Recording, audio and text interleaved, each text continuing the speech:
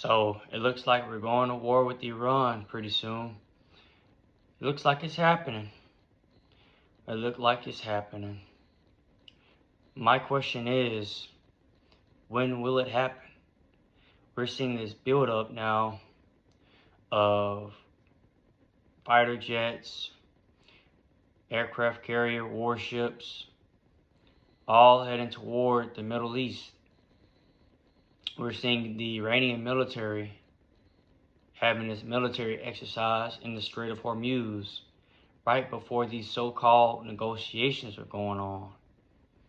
Marco Rubio today in Hungary said that there won't be any deal reached on the enriched uranium that Iran is trying to persuade the United States to produce their own nuclear missiles. Now, I don't know what's going to happen in the coming weeks and months, but I know for sure that there is going to be a big strike in Iran, and it's going to be with Israel and the United States, and they're going to try to take out the Ayatollah and that whole regime. And I could probably see Russia going even harder on Ukraine and possibly hitting another NATO country like Poland, the UK, or even France. I could see China going for Taiwan. That's just not to say that it's going to happen all at once, but eventually over time, it can happen. And Trump's game plan is he's trying to talk sweet to the Ayatollah Khomeini, but his actions are proven otherwise differently. Sending 18 F-35s over there near the Strait of Hormuz, having Pakistan and India to try to coordinate and to do everything they can and to try to help the United States and Israel when they get ready to do this attack. Senator Lindsey Graham is over there right now talking to Netanyahu. And I don't see any stoppage or negotiations that's going to be reached with Iran by Israel and the United States. It's just not going to happen because the Iranian regime are really set on producing and making their own nuclear weapons. And Israel is not going to go for that. We're seeing Israel right now hit Lebanon and taking out all these Hezbollah members, even since the ceasefire was agreed upon last year. I mean, they're not stopping. And we're seeing with this Trump regime that he's trying to go after the oil. We've seen it this year with Venezuela, with him taking that illegal action that he did in Venezuela to arrest Maduro. And, it's all because of the oil. Now we're sending troops to Nigeria because we want some of their resources down there too. And why do you think we want Greenland?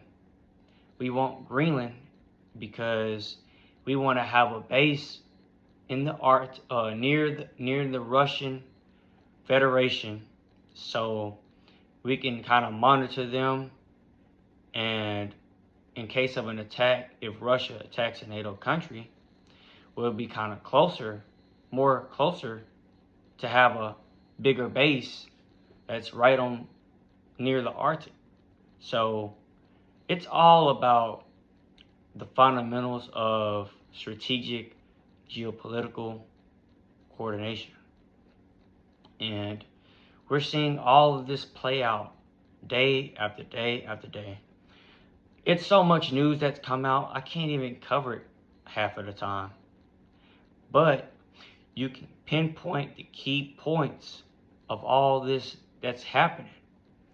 And the main thing is the United States, China, and Russia are trying to compete for the world dominance, the world leader. You have these three big countries. You've seen Russia going after Ukraine. You're seeing China going to go after Taiwan.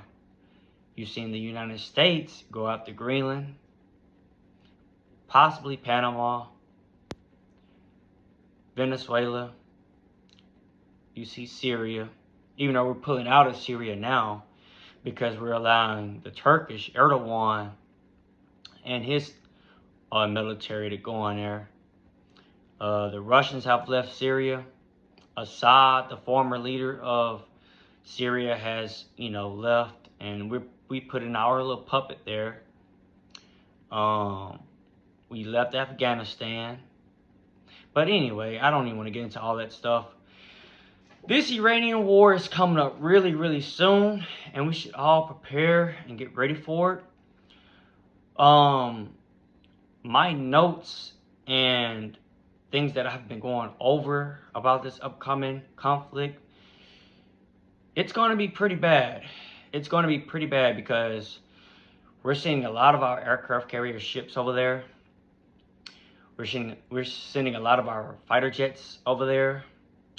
I don't think you can do a Delta Force special combat mission over there because the Iranian regime has a lot of military on the ground, and they can surely find out if and when they're being attacked from the inside.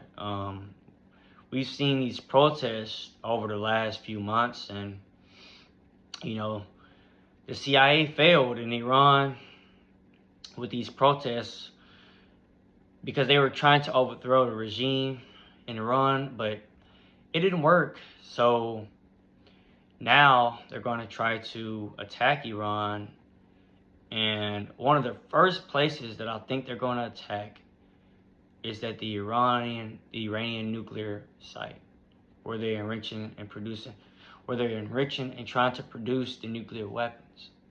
Now Iran is going to hit back with the drones and missiles, and they're going to hit different key U.S. military bases around the area, the region. Maybe the one in Qatar, maybe the one near Bahrain. They can hit different key areas around that region that's close to Iran. So it's going to be a very strategic pinpoint attack. I do think Israel will correlate with United States. We know the Mossad is working closely with the CIA. So we will be seeing this attack happen very soon. I think it's going to happen before the summer. Could probably happen this week. I mean, we're sending all that hardware and military equipment over there. So, and we know that Iran is talking about blocking the Strait of Hormuz.